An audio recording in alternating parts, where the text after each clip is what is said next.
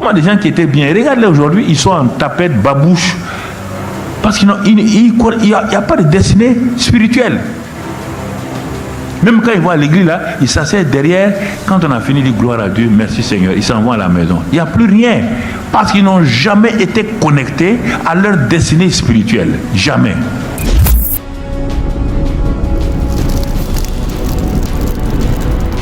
La grâce. L'image de la grâce, c'est Jésus dans le bateau en train de dormir au milieu d'une tempête. Ça, c'est pas la foi, ça, c'est la grâce. Une pirogue est ballottée. L'eau rentre là-dedans. Les marins professionnels sont là. Pierre, Jean, son frère, André. Et tous sont issus des familles de pêcheurs de poissons. Mais ils n'ont jamais vu une tempête aussi violente. C'est fait exprès. Ils n'ont jamais vu une tempête aussi violente.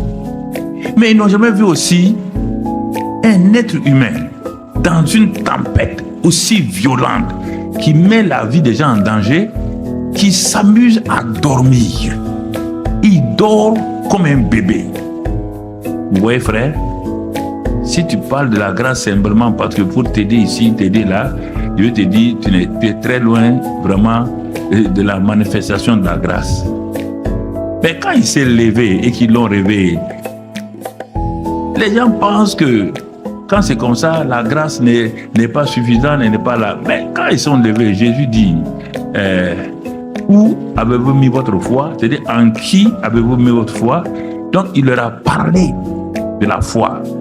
Et effectivement, pour le salut de l'homme, il faut ces deux éléments-là. Dans Éphésiens 2, verset 8, il dit, nous sommes sauvés par la grâce au moyen de la foi. Cela ne vient pas de nous, cela est un don de Dieu. Donc, la grâce et la vérité, dans Jean 1, 17, la grâce et la vérité sont venues par Jésus. Donc, on prend les trois mots. Sauvé par la grâce au moyen de la foi. Par quel moyen? Par la parole de vérité. Quand tu lis ces trois-là, c'est la corde à trois fils. Et la corde à trois fils, dit l'Ecclésiaste, ne se rompt pas facilement. Et écoutons très bien. Sinon, mon frère, nous allons simplement chercher les bénéfices, les manifestations de la grâce. Et alors, on va se rendre compte que ça ne va pas. Je le disais ce matin, un simple exemple que Dieu nous a donné, et parce que ce soir, je vais parler du mystère de la grâce. Du mystère de la grâce.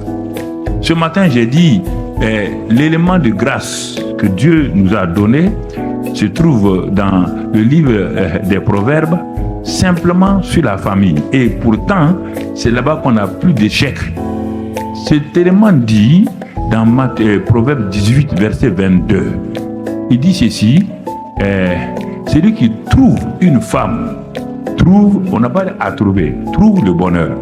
Toujours au présent, un présent continu. Celui qui trouve une femme, trouve le bonheur. Car c'est une grâce qu'il obtient de Dieu. Prenons ce verset simplement de Proverbe 18, 22. On te dit que si tu trouves une femme, tu trouves le bonheur. Parce que, pourquoi tu trouves le bonheur? Quel est l'élément qui va te permettre de trouver le bonheur? Et te dit, la deuxième phrase du verset, que c'est une grâce de l'Éternel. Donc, si la grâce m'amène à avoir le bonheur pour ma famille, je dois d'abord la comprendre. Parce que ce n'est pas automatique. Donc, je dois comprendre qu'est-ce que la grâce. Quand j'ai compris la grâce, je suis sûr, ma femme et moi, si nous comprenons cela, je suis sûr, nous allons voir que la grâce vient de Dieu pour nous rendre capables de vivre ce bonheur-là. Et maintenant, il nous faut la foi pour entrer dans cette grâce. Et c'est en ce moment-là que l'Esprit de grâce, qui est le Saint-Esprit, intervient pour nous enseigner pas à pas à entrer dans la grâce de Dieu. Et cette grâce-là, bien-aimés frères et sœurs, quand on découvre ces dimensions, on est émerveillé. on est étonné. Ça ne sera plus des mots creux pour dire oui, par la grâce ça ira. Non, non, ça n'a pas la grâce, ça n'ira pas. Dieu te dit, tu dois faire ta part. Il ne faut pas dire des mots de mondains comme ça, par la grâce ça ira, mon frère. Tous les jours, par la grâce ça ira, ça ne va pas. Donc c'est pourquoi j'ai décidé d'aller à la base. Les orateurs qui sont là, ils sont qualifiés pour donner ce moment. J'ai décidé d'aller à la base. Et c'est pourquoi ce soir, je vais attaquer donc le mystère de la grâce. Le mystère de la grâce, c'est quoi? L'école de formation pratique du Saint-Esprit, qu'on appelle l'Esprit de grâce. Alors, comme nous l'avons dit, la grâce est une faveur divine, une faveur imméritée. Une faveur, mon frère, pour tout le monde d'abord. Il faut bien comprendre. La grâce n'est pas pour quelques personnes. La grâce est pour tout le monde. Tout le monde. Tout le monde est concerné par la grâce. Et ça, c'est le général. Maintenant, l'individuel. Si tu ne comprends pas ça, je reviens pour te dire, la grâce est pour chacun d'entre nous. Chacun. Et si tu ne saisis pas le chacun là, ça veut dire des gens bons et des gens méchants. La grâce. Si tu ne comprends pas ça, ça veut dire des gens riches, des gens pauvres. Donc, la grâce, c'est pour tout le monde. Tout le monde. Le régime de la grâce est un régime spécial qui est venu, c'est l'élément fondamental du royaume des cieux. Puisque, il dit, la grâce et la vérité sont venues par Jésus. Maintenant, je vais aller doucement, on va faire des prières, mais je vais aller doucement que tu saisisses. Étant donné que la grâce concerne tout le monde, chacun, bon et méchant, riche ou pauvre, noir, blanc, la grâce concerne tout le monde, chacun. Alors ça me rassure. Ce n'est pas pour quelques personnes, ce n'est pas pour des gens qui ont fait des exploits. La grâce n'est pas méritoire, n'est pas une méritocratie. Non, tout sauf ça. Or, depuis des années, on nous a appris que quand on fait du bien, et ça, Dieu est avec nous. Ça, c'est l'arbre de la connaissance du bien et du mal. De cet arbre-là, le bien qui est là va te faire du mal. Les médicaments qu'on fabrique, c'est eux qui tuent beaucoup de gens. Donc, la voiture qu'on fabrique, c'est ça qui fait de l'accident. Dans la connaissance de l'arbre du bien et du mal, cette connaissance-là a toujours le négatif et le positif. Or, la grâce donne la vie. La grâce, c'est la vie. C'est la vie. C'est pas bon ou mal. Alors, cette grâce-là, quand on la regarde attentivement, il faut parcourir la Bible de Genèse jusqu'à Apocalypse pour comprendre qu'est-ce que la grâce. Quand elle apparaît. Parfois, on n'utilise pas le mot grâce directement, mais on utilise une expression synonymale, une expression on peut contracter que c'est la grâce. Alors, elle a plusieurs caractéristiques. Parfois, quand la grâce vient, elle va venir, par exemple, pour un homme ou une femme qui est faible, par un homme qui se cherche, qui a prié, qui a tout fait, rien ne semble répondre. Et c'est ça que Dieu a laissé le grand Paul, quand il est arrivé à un niveau spirituel assez élevé, croyant qu'il peut faire beaucoup de choses, Dieu l'amène au ciel, troisième ciel, là où il y a Papa bon Dieu lui-même. Et Dieu lui parle des paroles ineffables. Écoutez-moi, ce n'est pas n'importe qui, ce n'est pas un débutant. C'est un homme qui a introduit la grâce dans le Nouveau Testament. La grâce dans le Nouveau Testament a été introduite par Paul. Et le régime de la grâce a été développé par Paul. Donc, cet homme-là, le voilà maintenant au troisième ciel. Dieu lui dit des paroles ineffables, des paroles incompréhensibles par la pensée humaine. Et Dieu lui interdit, quand il va descendre, donc de donner cette parole à quelqu'un, de ne même pas la prêcher. Mais Dieu, pour s'assurer que le monsieur va faire, il dit qu'il permet à un ange de le contrôler en quelque sorte, si on peut dire ça en français courant, pour l'empêcher. Et chaque fois qu'il y a cette manifestation, Paul sait que, attention, il ne doit pas parler. Les secrets que Dieu a révélés, il ne doit pas les dévoiler. Mais il a commencé à prier. C'est un intercesseur. Si vous parlez d'intercession comme Paul, il y a rare de gens. Il prie, il sait comment prier. C'est un vainqueur, c'est un conquérant vainqueur dans l'intercession. Il dit qu'il a prié 3 fois, ça veut dire 3 sessions. On n'a pas dit qu'il a prié 1 fois, 2 fois, 3 fois. 3 sessions. Session de jour, je ne sais pas. Session de semaine, je ne sais pas. Session de mois, je ne sais pas. Mais il a prié 3 fois, ça veut dire qu'il a prié intensément pour que cette situation cesse. Et la voix de Dieu vient vers cet homme-là. Il dit, Paul, je vais te dire une chose. Tu n'as pas compris encore la grâce très bien. Tu as compris certains éléments. Mais je vais t'enseigner quelque chose pour que tu... Il dit, dans ce passage 2 Corinthiens 12, verset 9, par exemple, il dit, Paul, ma grâce te suffit. Alors, est-ce que là où tu es là aujourd'hui, quand ça ne va pas rien, toi tu peux prier, tu veux que ça enlève. Dieu vient te dire, ma grâce te suffit. Tu ne comprends pas ça, tu vas faire quoi? Tu vas dire, arrière de moi Satan. C'est pas Satan. Le monsieur souffre, il a des difficultés. Il prie. On dit que la prière est le chemin pour s'en sortir. Il prie, il jeûne. Et le même Dieu veut lui dire, oui, j'ai vu ta prière, j'ai vu ton jeûne. Mais ici, c'est ma grâce qui te suffit. Écoutez très bien. Parfois, vous vous mettez dans des choses, vous faites, ça ne va pas. La prière n'est pas passe-partout. La prière est puissante. Si la prière est puissante et le Saint-Esprit, lui, il est faible. Quand le mot puissant est lié à qui? Dans la Bible, le mot puissant est lié à qui? Au Saint-Esprit, non? Alors pourquoi vous dites que la prière est puissante? Pourquoi vous dites que le jeûne est puissant? Pourquoi vous dites que la louange est puissante? Qui vous a dit ça? Non, je vais vous confronter. Vous recevrez une puissance lorsque vous allez louer. Non, c'est ça que vous faites. Je viens vous confronter. Vous recevez une puissance lorsque vous allez jeûner 21 jours. C'est écrit dans la Bible où? Vous recevez une puissance lorsque qui viendra? Le Saint-Esprit viendra sur vous. Acte 1, 8. Pourquoi? C'est comme ça que le Père m'a envoyé. Je suis né par le Saint-Esprit. Je suis un enfant du Saint-Esprit, dit Jésus. Mais pour manifester la puissance, cet enfant de Dieu-là doit attendre la puissance du Saint-Esprit.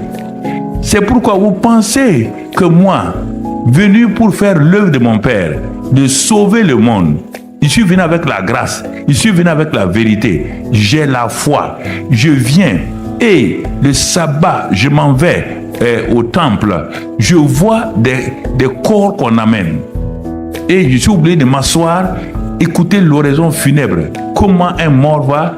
Je sais que ce n'est pas exact, mais je ne peux pas intervenir, je n'ai pas de puissance pour ressusciter.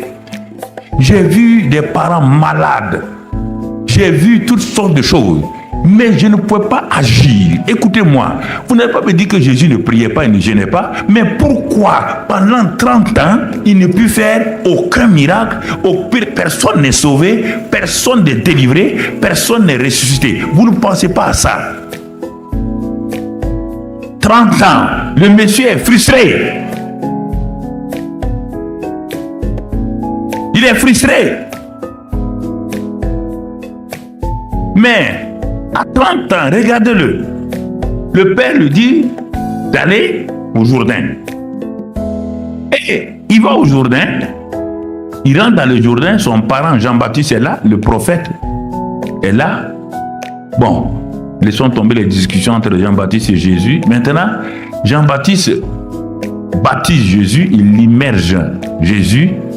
Et quand Jésus sort de l'eau, il prie. Et le ciel s'ouvrit, le Saint-Esprit descendu en forme de colombe.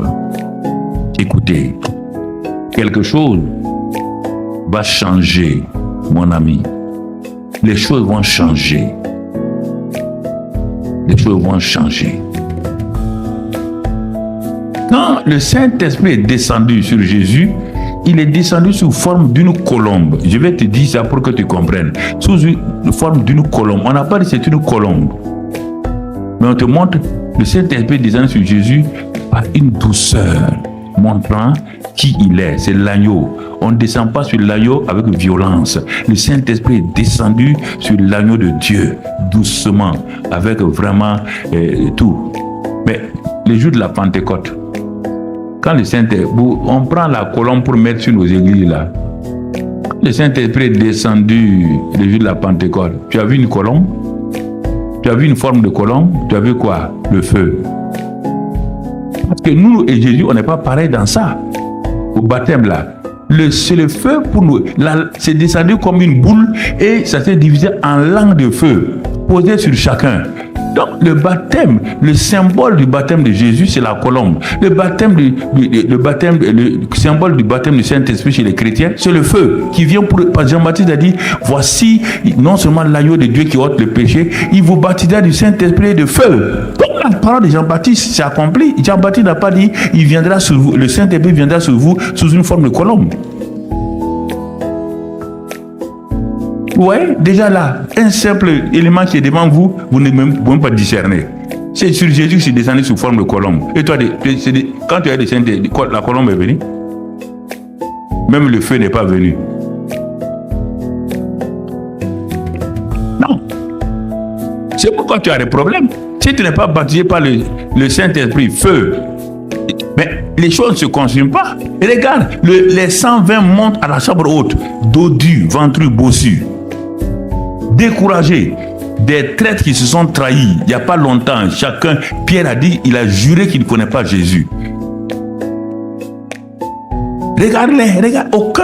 Il n'y a que Marc qui a pu rester, et puis Marie, la mère de Jésus, tous ont trahi. Les voilà en train de monter à la chambre haute. Jésus sait que tant qu'ils ne vont pas recevoir le baptême du Saint-Esprit de feu, ces gens-là, il dit, allez attendre seulement, ne bougez pas. Moi, j'ai attendu 30 ans. Vous n'allez pas attendre 30 ans, mais allez attendre. Quand le Saint-Esprit est descendu, et regardez les descendre. Regarde Pierre qui a dit à une jeune fille qui ne connaît pas Jésus, il a juré qu'il ne connaît pas Jésus. Prends ton cas. Pourquoi, depuis que tu es converti, il n'y a même pas deux convertis, il n'y a même pas 5 convertis, il n'y a même pas rien. Tu vas qu'à l'église pour les bénédictions. Tu vas à l'église que la guérison, la délivrance. Où sont les âmes que tu as gagnées? Où sont les âmes? Je te pose la question. Le christianisme, ce n'est pas une religion où on vient prendre des bénédictions. Qui t'a dit ça? Mensonge. Ils sont remplis du Saint-Esprit. Le même Pierre, tout le monde est étonné, qui a dit qu'il ne connaît pas Jésus là. Le voilà descendre à la tête des 120. Il y avait une foule de pentecôtistes qui étaient venus. Les 120 ne sont pas des pentecôtistes, hein. C'est les disciples de Jésus. Les pentecôtistes étaient en bas. Ils n'ont pas le Saint-Esprit. Il te dit ça aussi. Si tu n'es pas content, va lire. Les gens, on m'a critiqué, on t'a critiqué. Toi, tu as amené quoi ici? Les pentecôtistes sont venus fêter la Pâque de Pentecôte donnée par Moïse.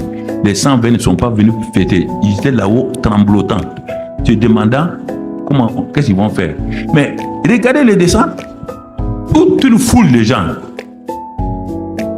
Jésus avait dit dans le verset 8, acte 1, verset 8, vous recevrez une puissance lorsque le Saint-Esprit viendra sur vous. Vous serez mes témoins à Jérusalem, en Judée, en Samarie, etc., jusqu'aux extrémités de la terre. Mais regarde bien ce que Dieu a fait. Regarde très bien dans acte 2.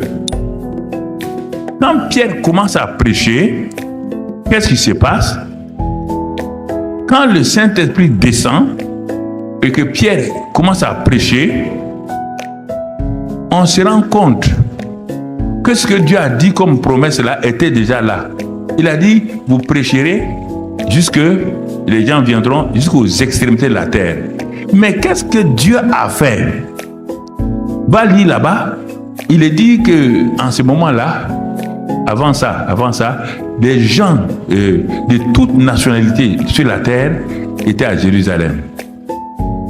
Parce que Dieu savait, il n'y a pas de moyen de locomotion pour qu'un Africain vienne à Jérusalem, tout. Mais il a déjà rassemblé. Il a rassemblé ce jour-là. Il a rassemblé mon ami. Il a rassemblé. Non, il faut aller un peu plus avant la prophétie de Joël. Il est dit des gens de Libye, des gens de partout. Le monde entier était déjà là. Regardez comment Dieu fait. Il vous dit, vous irez prêcher toutes les nations. Mais les jours même où le Saint-Esprit est descendu, ces nations étaient déjà là. Ces nations étaient déjà là. Si le verset ne correspond pas, ne trouve pas les gens avec repentez-vous. Voilà. Va plus haut, tu verras. Regarde. Tout. Pour montrer que quand le Saint-Esprit descend, ça va atteindre. C'est parmi ces nations de la terre-là, ces nations connues de la terre-là, que Pierre va prêcher et il y a 3000 personnes qui vont quitter cette réunion-là, donc qui vont quitter les Égyptiens, les Africains, les gens, les Européens. Si tu prends, tu vas voir, c'est tous les 5 continents qui sont représentés là. Ils sont sauvés et ils vont aller étendre. Si toi tu lis ça, tu t'assois, mais ton cœur va te parler. Comment moi j'ai reçu le baptême du Saint-Esprit? Comment je parle en langue? Incapable de toucher les cœurs des gens. Ils ont crié, Pierre a pris sa revanche. Ils ont dit, hommes frères, que ferons-nous? Pierre dit en ce moment-là, répentez-vous, changez de mentalité. Et 3000 ont tremblé, se sont fait baptiser. Tout ça, c'est le mystère de la grâce. Alors je te pose la question, mon frère, ma soeur, que fais-tu avec l'esprit de la grâce, c'est-à-dire le Saint-Esprit? Que fais-tu avec lui? Quelle est ta relation? Quelle est ta relation? Le Saint-Esprit va venir sur toi, le Saint-Esprit qui est venu sur Jésus là, le Saint-Esprit qui est venu sur Saul de Tarse, le Saint-Esprit qui est venu sur les 120 dans la chambre haute, le Saint-Esprit qui est venu sur tous les Philippe, les Étienne. Regarde ce qui se passe. Et toi, tu me dis aujourd'hui, toi tu es assis, pasteur, prophète, que le Saint-Esprit est venu sur toi. On ne voit rien que simplement des prédications et des prophéties qu'on vous envoie au hasard. Où est la puissance? Je vous pose la question. Abidjan est là avec 3-4 millions. Vous ne voulez même pas 1 million. Où est la puissance? Quand Paul et Silas rentraient, les gens disaient à Thessalonique, voici les bouleverseurs du monde qui sont là. Les bouleverseurs du monde, deux personnes, ils bouleversent le monde. Des milliers de chrétiens sont dans nos églises. Où sont les bouleverseurs d'aujourd'hui? Où êtes-vous? Où êtes-vous? Où êtes-vous? Bénédiction sur bénédiction. Le monde meurt. Dieu dit dans Luc 15 que le ciel est dans la joie lorsqu'un seul péché se répand. Et toi, jusqu'à présent, tu n'as pas rendu le cœur heureux, le cœur de papa, bon Dieu, heureux. Papa, bon Dieu dit, une femme avait 100, et un homme avait 100 brebis. Il y a la 100e qui s'est perdue. Il est allé à sa recherche. Il est parti, il a ramené. Lui, il était content, ses amis étaient contents. Une femme avait 10 drachmes. Il y a une drachme qui a roulé. La femme a laissé aller tout balayer pour le trouver. Il dit, le ciel est content. Le fils prodigue est sorti. Il est parti. Quand il est revenu, le père était content. Je te pose la question. Dis-moi, qui va te recevoir au ciel? Dis-moi un peu. Ton père ne sera pas là. Ta mère sera absente. Tes frères, ta femme, ton mari sera absent. Les gens du quartier dont Dieu t'avait donné la charge, ton cahier de charge sera vide. Un carnet blanc, il n'y a rien qui est écrit dessus. Arrière de moi, ils sont perdus leur vie. Le sang retombe sur toi, même si tu as chanté dans la chorale, même si tu étais musicien. Dieu dit dans Ézéchiel, dans Jérémie, il dit, je vous demanderai leur sang. La grâce a été donnée pour ça, ce n'est pas donné pour t'enrichir. La grâce n'est pas donnée, pourquoi j'ai tout abandonné? J'étais directeur général au niveau du Conseil économique et social, vice-président, chambre de commerce, vice-président, compagnie aérienne, président. C'est là-bas que j'ai laissé pour aller. Ça fait des milliers de gens. Les continents, je les ai visités. Alors, ton petit poste de directeur général, c'est ça qui t'ennuie. C'est ça. Ça peut choquer les gens, pas moi. Hein. Là, je pose la question. Mais c'est terrible, hein? Bon Dieu ne s'est jamais assis pour dire. Ouais, il n'a jamais dit, Gabriel, Michael, regarde cette femme-là. Elle a commencé avec des gens à Christ. Non. Quand elle sort, pour me donner un billet pour Dubaï, tu es un Dubaïen. Non, mais non, je ne veux pas avoir votre cœur là. Il ne faut pas t'amuser. Hein. Ne crois pas que tu es devenu chrétien, tu as échappé à l'enfer. Hein. On est sauvé par espérance. On n'est pas sauvé si un pasteur te dit autre chose là. J'entends les pasteurs, les jeunes là. Je dis ok. Bon, s'ils veulent troubler les gens, ils vont les trouver par bon Dieu. Ne t'en fais pas. Tu vas les trouver. Tout le temps, c'est des sujets sur le mariage. Depuis qu'on prêche sur le mariage, moi, je n'ai pas vu de mariage heureux. Non. On dit le bonheur, la grâce. C'est ça qui rend le mariage heureux. Critiquer une femme, ça ne rend pas le mariage heureux. Ça ne rend pas le mariage heureux. Il faut qu'on se parle face à face. Tu entends? De toute manière, c'est des choses importantes. L'esprit de grâce, là où il est, c'est ça. Il agit.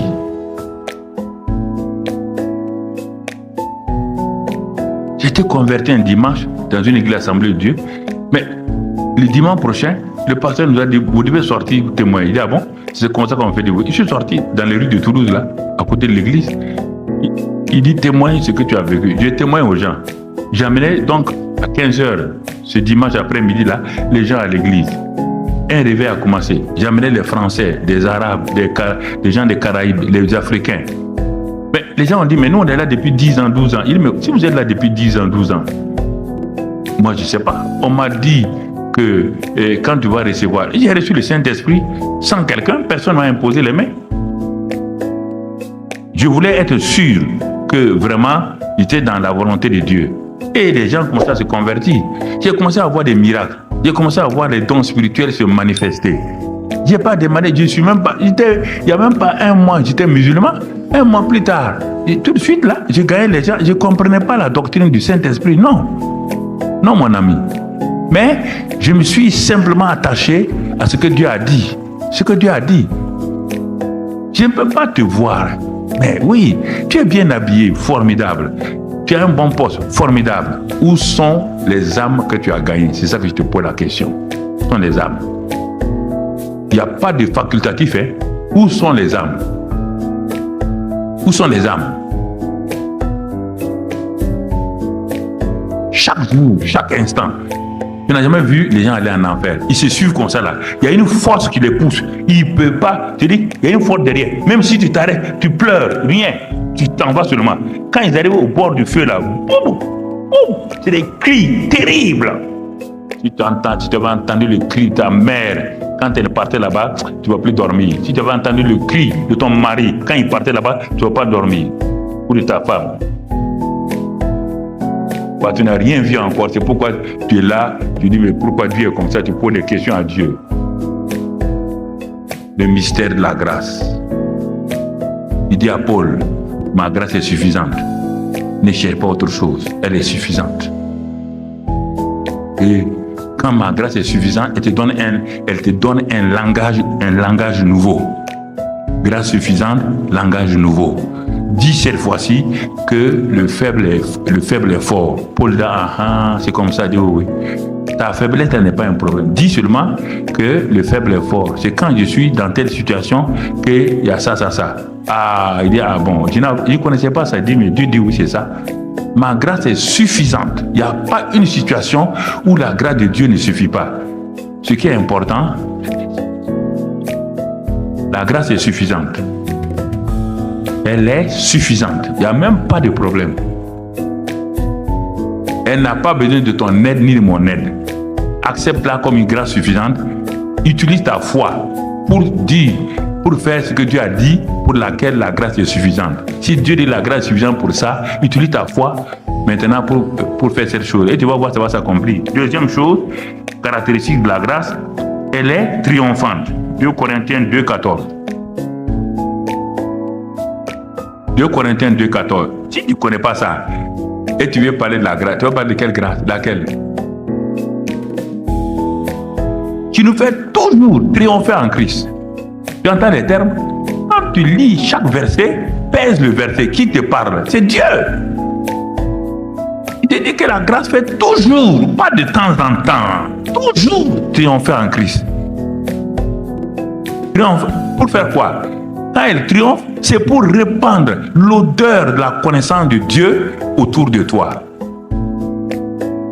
L'odeur de la connaissance de Dieu, c'est pourquoi elle triomphe.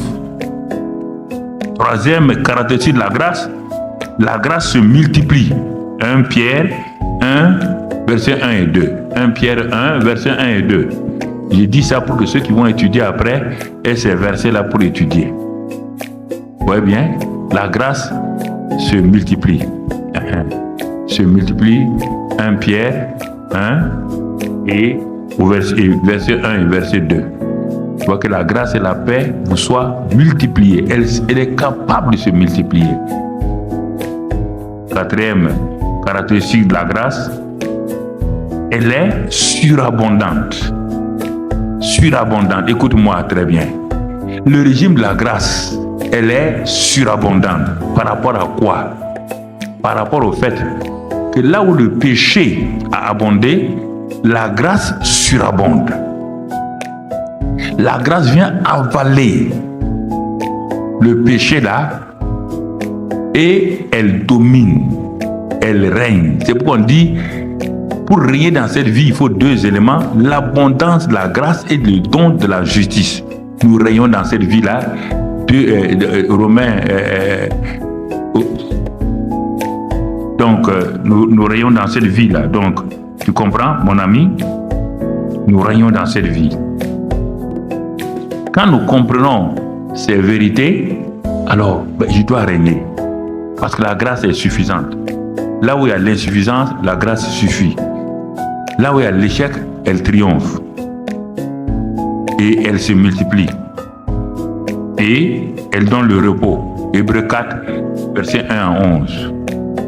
Hébreux 4, verset 1 à 11. Donc tu vois, on te dit que la loi, le péché a régné par la mort, mais par le don, la grâce, l'abondance de la grâce et le don de la justice, nous régnons dans cette vie-là. Donc c'est Romains 5, verset 17, c'est ça, si je m'abuse. Donc tu vois, donc ces 5 caractéristiques-là, prends ça et assois-toi, mets ça devant toi et regarde chaque aspect de ta vie. Est-ce que tu appliques ça? Tu pries sans t'assurer que la grâce est suffisante. Tu pries sur quoi? Tu pries sur la base de quoi? Tu crois que toi tu pries, tu veux faire bouger Dieu comme les gens mentent? La prière d'un homme peut faire bouger Dieu. Hey! Dieu a fini il y a longtemps. Non, il y a des expressions que vous prononcez là. Quand on s'est converti, on connaît. Mais Dieu agissait, mais toi, ta prière va pour faire bouger Dieu, toi. Mais si toi, tu fais bouger Dieu, lui, il fait bouger Dieu, Dieu va faire quoi maintenant? Il va avoir des vertiges. Vraiment, qui vous a dit ces choses-là? Je te pose la question. Pourquoi Dieu n'a pas créé Adam le premier? Il a tout créé, tout. Quand il a fini de créer tout maintenant, il crée Adam. Et quand il a créé Adam, Dieu se reposa. On n'a pas dit que Dieu était fatigué. Dieu se reposa de ses œuvres. Parce qu'il avait fini. Depuis que Dieu a fini de créer la terre, il a créé les animaux. Tu as vu, il a déjà créé un nouvel animal encore. Tu as déjà vu ça? Dieu a créé les espèces végétales. Depuis ce temps, tu as vu, Dieu a créé de nouveaux arbres. Il a fini. C'est ça qu'on appelle l'œuvre accomplie. Dieu a fini. Il n'a pas demandé même à Adam ni à Ève la couleur de temps en temps. Dieu ne te demande pas. C'est lui qui a produit et qui a fait. Il te demande d'entrer dans son repos. Le premier jour d'Adam, c'était le repos de Dieu. L'œuvre achevée de Christ, quand il a dit tout est accompli à la croix, quiconque croit ça rentre automatiquement dans le repos de Dieu. Tu ne commences pas à travailler. Dieu n'a pas mis Adam au travail le 7e jour. Non. Tu rentres dans le repos de Dieu. Depuis ce temps-là, Dieu a créé l'homme et la femme. Il a dit de se reproduire. Genèse 1, 26, 27, 28 là. Tu as vu depuis ce temps, Dieu a créé un nouvel homme encore. Si ce n'est pas la nouvelle création en Christ. Tu as vu, Dieu a créé un nouvel homme. Quand Adam et Ève sont tombés, Dieu a créé un nouvel homme. Non. Il a fini en créant Adam et Ève. Il sait qu'ils vont tomber. Mais il ne va pas faire un nouvel homme. Cet homme-là a la capacité de... Je ne comprends pas pourquoi vous voulez que Dieu fasse quelque chose qu'il a fini de faire. Pourquoi il va faire?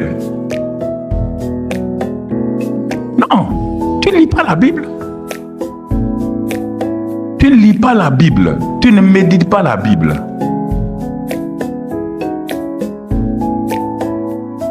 Les gens m'ont dit que les ressources de la terre vont finir. Dieu, les ressources de la terre vont finir.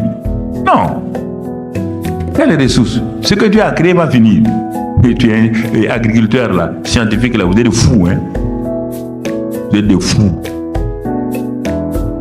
Ça va finir comment? Ça va finir comment? Si ça finit, Dieu est fini.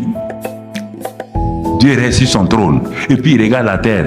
Maintenant, il n'y a plus de manioc en Côte d'Ivoire. Il n'y a plus de cacao. Il n'y a plus de maïs au Burkina. Il n'y a plus de mil ici. Tout est fini. Et Dieu est assis. Il regarde. Dieu, il va faire comme ça. Parce que les agriculteurs mortels ont dit des choses. Ils vont partir laisser.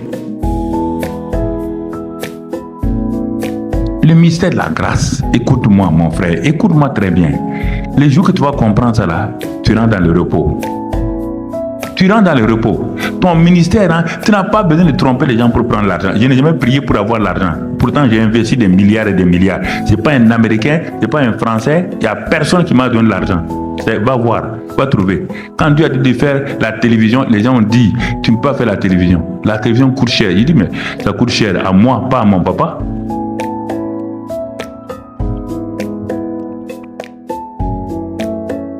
Pas à mon papa. Il a dit de faire, j'ai fait. C'est aujourd'hui 190 pays. Qatar, tout le monde suit Impact TV. On a des témoins partout. 1 500 000 personnes suivent Impact TV dans le monde. Chaque jour. Tu m'entends? 1 500 000. Ça, c'est pas les réseaux sociaux. Hein. Ça, c'est Impact TV. Alors, je te pose la question. Si ce n'est pas une grâce là, qui peut faire? C'est pourquoi rentre dans la grâce. Cherche à comprendre la grâce. Elle est là-bas. Elle fait des miracles extraordinaires. J'ai noté quelques passages encore pour que regardons. Si quelqu'un croit à la grâce et obéit, maintenant et pratique la grâce, s'il a compris. Alors la question qui se pose, comment cet homme-là peut-il échouer, vivre dans le péché, la misère, la maladie avec la grâce? Avec les 5 éléments de la grâce là. Réfléchis toi-même. Réfléchis. Quand on dit là où le péché a abondé, la grâce a abondé, de quel péché? On ne parle pas, mon frère, des mensonges, non. Seulement, on parle de l'arbre du péché. On parle d'un péché. L'arbre du péché produit les péchés. Donc, la grâce vient pour voir. Et la grâce te donne le salut, ce qu'on appelle sozo. Le salut. Le salut qui a au moins 7 faces. Salut de l'âme, guérison du corps, délivrance des démons, sortir de la pauvreté, sozo. C'est ça. C'est ça que la grâce fait. Bon, on a tout ça là. On veut provoquer Dieu, que Dieu n'a qu'à venir faire des choses qu'il ne t'a jamais promises. Et tout ce que Dieu t'a dit, là, tu ne veux pas. Comment tu peux commander? Dieu n'est pas ton garçon de course. Tu ne peux pas corrompre Dieu. L'or et l'argent lui appartiennent. Tu vas le corrompre avec quel argent? Tes dîmes et tes offrandes. Si tu donnes tes dîmes, c'est pour toi. C'est pour toi. C'est pas pour Dieu. Dieu ne va pas au supermarché. C'est pour toi. C'est pour ton bien. Parce que la loi de s'aimer, de récolter va commencer à se manifester. Le régime de la grâce te fait régner. Pourquoi? Parce que quand Adam et Ève ont péché, ils ont été privés de la gloire de Dieu, dit Paul aux Romains, Romains 3, versets 23 et 24. Ils ont été privés de ce qui était l'essentiel, la gloire de Dieu qui était sur eux. Brusquement, ils sont passés de la gloire à la nudité. Pas seulement physique, à tous égards. Ils sont morts à la vie de Dieu. Il a fallu que la grâce vienne. Il dit que c'est la grâce qui est venue gratuitement pour les restaurer. Tu entends? C'est la grâce de Dieu que Dieu a envoyée pour les restaurer. Ils n'ont pas demandé à Dieu quoi que ce soit. C'est Dieu dans sa grâce qui est venu les restaurer. Donc quand tu vois toutes ces choses-là, quand Dieu les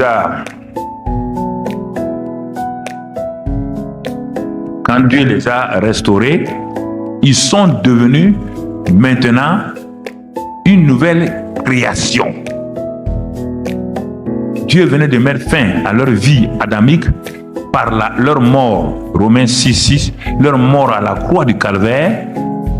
Ils ont été crucifiés avec Christ. Nous avons été crucifiés avec Christ et pour être délivrés. Car celui qui est mort est libre afin que le corps du péché fût détruit et pour que nous ne soyons plus esclaves du péché. Car celui qui est mort est libre du péché. À cause de quoi? De la grâce. On ne peut pas vivre dans le péché quand la grâce est là. On ne peut pas vivre dans le péché. Le juste peut tomber, mais il ne vit pas dans le péché. Or, il y a des gens qui boivent, qui mangent, qui dorment dans le péché. Et puis ils se disent chrétiens. C'est pas vrai, tu n'es pas chrétien. Tu n'as pas la nature pécheresse. Comment tu vas vivre? Non. C'est pourquoi quand tu prends un chat, tu le jettes à terre, il se lève, il s'essuie, il s'en va. Mais si tu prends un porc, tu le mets dans l'eau boueuse, c'est ça qu'il aime. Parce que sa nature n'a pas changé. Toi, tu aimes le péché, tu vis, je te dis, vivre dans le péché, ce sont tes habitudes. Matin, midi, soir, tu bois le péché, tu respires le péché. Et tu dis que tu es sauvé, tu te trompes. Toi là, tu es en train d'aller en enfer en climatiseur.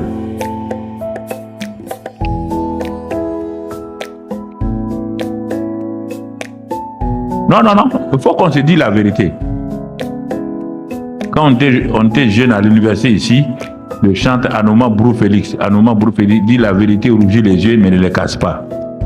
Tu ne connais même pas Anoma Brou Félix. Toi, tu es un ignorant de Anoma Brou Félix.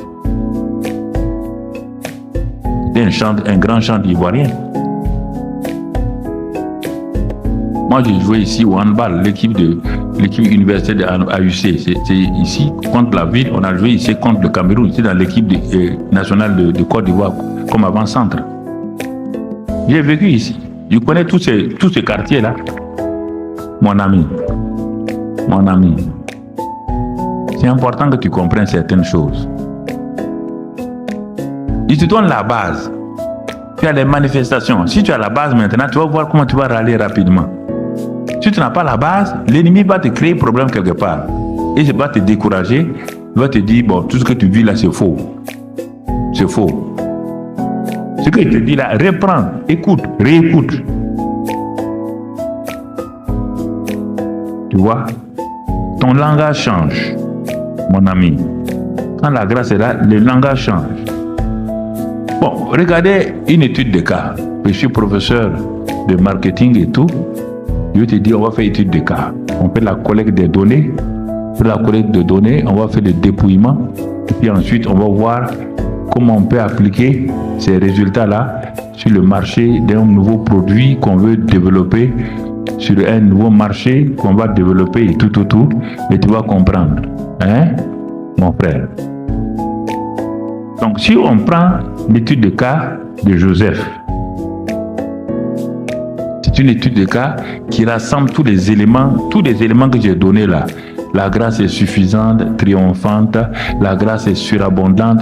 Si je prends ça détail par détail, la vie de Joseph est devant toi. La vie de Joseph est devant toi. Qui est Joseph? Un jeune homme de 17 ans. Dernier de la famille. Il n'est pas le fils aîné. Il n'est pas l'aîné. Donc, il n'a pas droit au droit d'aînesse. Écoute-moi là, c'est ça que tu vas comprendre la grâce. Il est 11e. Pour avoir le droit d'aînesse, il faut que tous ses frères-là meurent avant qu'il n'ait ça. Donc, comment l'histoire de cet enfant-là, de ce jeune homme, de cet adolescent, il a terminé son adolescence. Il n'a même pas fini ça. Tu comprends? Et en plus, dans la famille, sa mère n'est pas là. Sa mère est absente, elle est partie. Il n'y a pas une situation aussi négative que celle de Joseph. Mais comment cet adolescent-là a-t-il pu aller jusqu'au sommet? La question est là. Si tu ne comprends pas ça, là, tu vas te créer. Ce n'est pas Joseph seulement qui a commencé à 17 ans. David a commencé à 17 ans. Sur la route de la destinée, il y a une date où Dieu va te rencontrer par des circonstances ou à travers des hommes. Il y aura des rencontres divines. Les rencontres divines vont permettre à ta destinée de s'accomplir dans le régime de la grâce. C'est pourquoi tu dois faire attention. Dieu te fait rencontrer quelqu'un qui est là, qui va te catapulter et tu méprises cette personne-là. C'est fini pour toi. Il te faut 15 ans pour revenir. Dieu te donne une circonstance. Cette circonstance révèle, mais elle n'est pas bonne à tes yeux. Elle fait souffrir. Toi, tu crois que c'est le diable? Non, ce n'est pas le diable. Le problème, les chrétiens ne veulent pas souffrir aujourd'hui. Ils n'aiment pas la souffrance parce qu'on leur promet que normalement, si tu as telle souffrance, si tu viens apporter une offrande sacrificielle à un pasteur, tu vas aller. Ce pasteur-là, si c'est toi, tu peux faire par une offrande sacrificielle, changer la destinée de quelqu'un, tu es un Dieu. Tu es en train de concurrencer Dieu. Tu vas comprendre ça, ta douleur. Le gars est né au ciel avec sa destinée. Toi, tu veux changer la destinée sur la terre? Ou bien? Tu crois que moi je viens de mon père et de ma mère? Non! Mon père et ma mère ont été simplement des instruments que Dieu a choisis pour me donner la chair. Parce qu'ils ont une chair. Dieu est esprit. Le Dieu qui m'a créé, il me connaît au ciel. David dit dans le psaume 139, avant qu'aucun de mes jours n'existât sur la terre, là, tu les connaissais. Tous étaient inscrits. Dieu n'a pas un livre sur la terre. Il a un livre au ciel. De ce livre-là, c'est ça. C'est un cahier de charges. Tu comprends? Mais Dieu permet que tu passes par des gens qui ont la chair, ton père et ta mère, pour venir sur la terre, puisque la Bible dit dans Jean 10 que personne ne peut venir sur la terre s'il ne vient pas par la porte. La porte là, c'est quoi? C'est la naissance. C'est pourquoi Satan n'a pas de pouvoir sur la terre. Il est esprit. C'est pourquoi Dieu, Papa, bon Dieu, n'a pas le pouvoir sur la terre. C'est pourquoi il a donné de l'autorité aux hommes. Vous ne comprenez pas ça? Dieu n'a pas le droit, il a créé la terre pour les hommes. Il a créé les cieux pour lui. Pour venir sur la terre, il vient. S'il vient, il peut venir comme un ange qui a été envoyé. Il peut venir comme un homme qui a été envoyé avec Abraham et tout. Il peut venir comme ça. Il ne peut pas venir en tant que Dieu. Tu peux lui dire, papa, bon Dieu, reprends ta place. Tranquillement. Il vit en toi par le Saint-Esprit. Oui. Donc tu comprends? Il y a des choses que tu dois bien comprendre. Sinon, tu vas aller courir, prier, c'est bien, mais tu te fatigues, tu t'épuises. On a fait tout ça, mon frère. Il te dit là, on a fait ça il y a 25 ans en arrière. Ça ne marche pas. De temps en temps, il y a quelques résultats, mais ça ne marche pas. Quelques résultats, mais ça ne marche pas.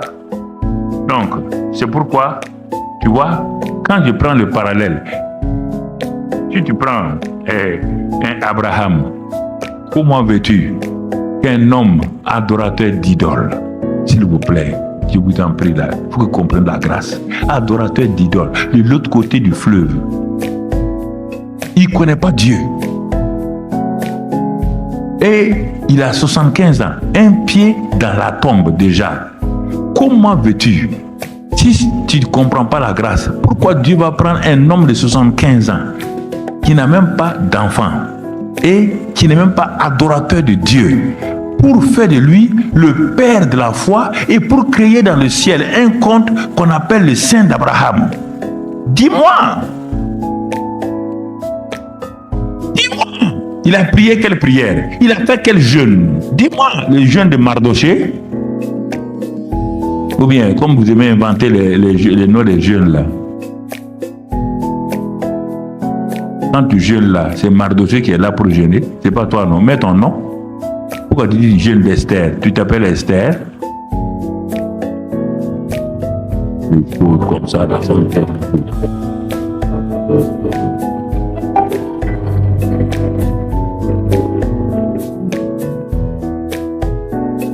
Tu usurpes les noms des gens, tu es un usurpateur. Ça ne marche pas. Regarde. Ça me fait souffrir. Parfois je pleure, les chrétiens disent papa pleure beaucoup. Je pleure parce qu'ils devaient être des champions, pas des champions, des conquérants. Ils devaient être ici, ils sont en arrière. Si cet homme-là, il devait être ici dans telle position, il n'y a rien, il est toujours en arrière, en train de prier derrière les petits-enfants, priez pour moi, priez pour moi, priez pour moi. Ça, mais quelle est cette histoire? Un grand Dieu comme ça, il ne sait pas ce qu'il fait. Mais vous l'insultez. Même moi, je sais ce que je fais. C'est vous qui allez donner des leçons à Dieu. Ah, mais il fallait faire comme ça. Dieu, pourquoi tu n'as pas fait comme ça? Toi, tu peux donner des choses, tu peux me donner des choses. Je vous pose la question. Si vous pouvez, allez-y, donnez-lui des ordres. Il va vous obéir. Abraham, un homme, toujours la grâce. Si tu prends les 5 éléments de la grâce, un homme qui a échoué, un homme qui a fui, un homme qui a décidé de ne plus servir Dieu. À 80 ans, Dieu part le prendre. Il s'appelle Moïse Moussa. Dieu le prend et pour en faire de lui un libérateur. Un libérateur. Regarde la grâce, le mystère de la grâce. Regarde. Le mystère de la grâce. Ruth et Rahab. Rahab est à Jéricho. Ruth est avec les comment on appelle c'est ça. Elle est là-bas. Mais regarde comment ces deux jeunes femmes-là sont sorties de leur situation pour entrer dans la lignée de Jésus-Christ. Ils ne sont même pas israélites. Les deux femmes ne sont pas israélites. Elle était prisonnière à Jéricho, Rahab. Elle était là-bas, mais elle avait une destinée. Dieu l'a sortie et ils l'ont mis où? Dans la tribu de Juda. Elle est une grande ancêtre de Jésus. Ruth, la même chose. Alors que sa tribu était maudite. La tribu n'a pas droit à un héritage. Regarde le mystère de la grâce. Si tu ne comprends pas ça, tu vas aller prier. Tu pries pourquoi? Dieu a tout préparé. Il dit qu'il a préparé les bonnes œuvres pour toi. Cherche à savoir quelle est la bonne œuvre que Dieu a préparée pour moi. Quelle est la position que Dieu a préparée pour moi. C'est ça ton but. Tu continues à travailler. Si tu es ingénieur, tu comptes être ingénieur. Mais tu dis, il y a la destinée en deux phases. Il y a la destinée naturelle qui m'a fait naître sur cette terre-là. Et comme il y a l'école, on m'a mis à l'école. Je suis devenu ingénieur informaticien. Formidable. Merci Seigneur, je suis devenu ingénieur. Mais ce n'est pas ça ma destinée. Parce que quand je serai à la retraite, supposons à 70 ans, ça encore, il te donne beaucoup plus. Maintenant, tu dois vivre à 100 ans. Que vas-tu faire de 30 années après avoir pris la retraite? Réfléchis et regarde autour de toi. Comment des gens qui étaient bien, regarde-les aujourd'hui, ils sont en tapette, babouche. Parce qu'il n'y a pas de destinée spirituelle. Même quand ils vont à l'église, là, ils s'asseyent derrière. Quand on a fini, ils disent gloire à Dieu, merci Seigneur. Ils s'en vont à la maison. Il n'y a plus rien. Parce qu'ils n'ont jamais été connectés à leur destinée spirituelle. Jamais. Ils ne savent même pas qu'ils ont une destinée spirituelle. Cette femme-là qui était une femme élégante, tu la vois maintenant avec des tapettes. Et quand elle enlève son mouchoir là, tous les poux de la région sont là-bas. Non, parce qu'ils ont perdu le contact avec Dieu. Parce que pendant leur jeunesse ou quand ils étaient bien, ils ne cherchaient que les bénédictions de Dieu. Ils n'ont jamais connu Dieu. Ils n'ont jamais connu Dieu. Et s'il n'y a pas de connaissance, on a des problèmes. Vous avez été édifié par cet enseignement et vous aimeriez en écouter d'autres. Abonnez-vous sur notre chaîne YouTube. Que Dieu vous bénisse.